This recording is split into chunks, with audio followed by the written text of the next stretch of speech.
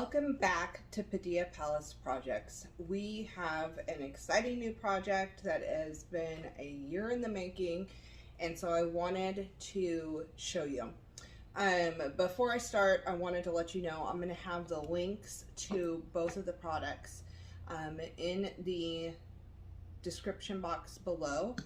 They are Amazon affiliate links. It doesn't cost you anything else. We just get an extra little perk for sharing it with you. But I have been trying to get my hands on these for about a year, and finally there was some in stock.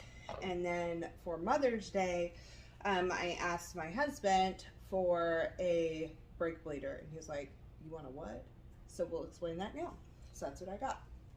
So with food preservation, with drying food and having food bulk in the pantry, you do want to make sure you're storing it in a way that it's going to last. So airtight, you don't want bugs to get in it, you don't want moisture to get back into it, and there's a few things that I'm going to show you that have worked and haven't worked for me. And then we're going to try this new process.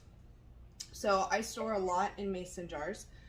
Mason jars with the metal lids are great for storing things. You can store things for short term in here, but with opening it and you still have air within it, it's not necessarily completely airtight, and it doesn't last as long, doesn't stay as fresh as long with that. So that's why we wanted to do the second step. I did try these plastic lids. Onions, when they're dehydrated, this one did create a better seal for some reason, but onions when they're dehydrated should be crispy. You should be able to hear that crisp, right? Well, what I'm finding is the food that I dehydrated, that I put the plastic lids on because I couldn't find more metal lids, this is what happened to them.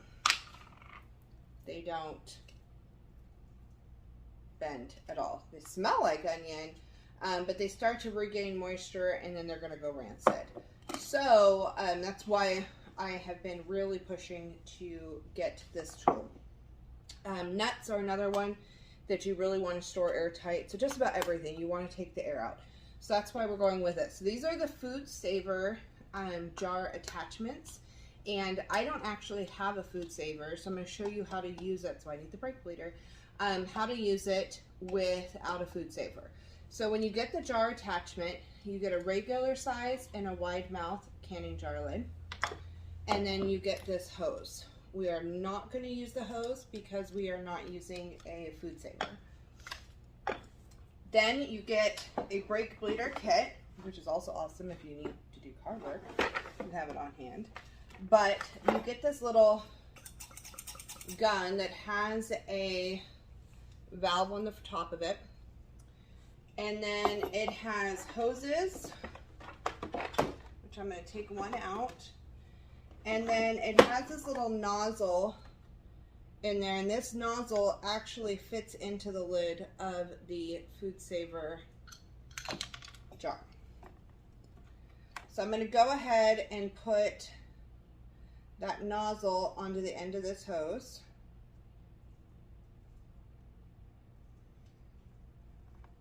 Make sure it's on there all the way. And then on the other end of the hose, I'm going to attach my brake bleeder. Kind of twist it in there.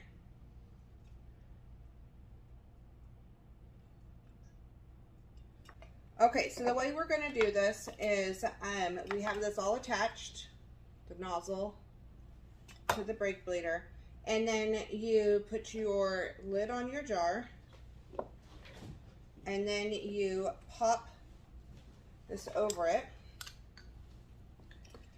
and then you start pumping. Now, I've seen where people hold it like this, and I've seen where people leave it against the counter and kind of push on it there. So it just depends on what's easier on your hand. So you're going to get this to 15 psi or over, and it's at the 15. Let me keep it there. Okay, and then you want to let it go. Pop this off into your jar. is sealed and all the air is out of the jar. So this will last a lot longer on the shelf now. So we're gonna do that again. I'm so excited about this. And you can put the ring back on for extra protection just in case it loses its seal. From what I understand, this loses its seal way less often than even the food saver does when you use the actual machine, but it's pushed in. I'm not gonna put the ring back on it, but because I want them for canning. I want to be able to just have the lid on here. All right, so next we're going to do the golden raisins. And we're just going to slide that over.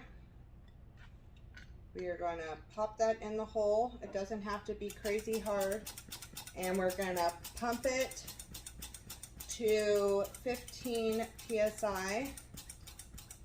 Or a little over, and it does get harder to do. The more you get that 15 psi, you want to let it out fast. And we are sealed. So we're going to go through and be doing all kinds of our goodies with this. It'll help things last longer, which is awesome. I'm going to do my unsalted cashews. And I'm going to do the regular mouth one on this. So how long it takes to pump the air out will depend on how big of a jar you're doing and what you have in there. Because some things allow more air to be in the jar naturally. And then because this is a new process to me anyway, I'll probably once a month go through and check all my jars and just make sure, or a good portion of my jars, and make sure nothing has come undone. Look at that, it's all sealed up beautifully. I'm so excited, guys. So, make sure that you snag these while you can. I'm going to put that in the comments. Hopefully there's still some in stock for you. And then I do suggest having the brake bleeder on hand. That way you have this available to you whenever you have these jars. This is awesome. I love Rain Country is who actually, I was watching her videos and she showed me how to do this on her videos. And I thought this was brilliant. It's also something you can do without electricity. So just make sure you get your food stored properly. That way it lasts the longest, and you get the biggest bang for your buck, or the biggest bang for your gardening time and effort in food preserving. I hope you guys have a great rest of your day, and make sure you subscribe, like, and turn on that notification bell so you don't miss our next video.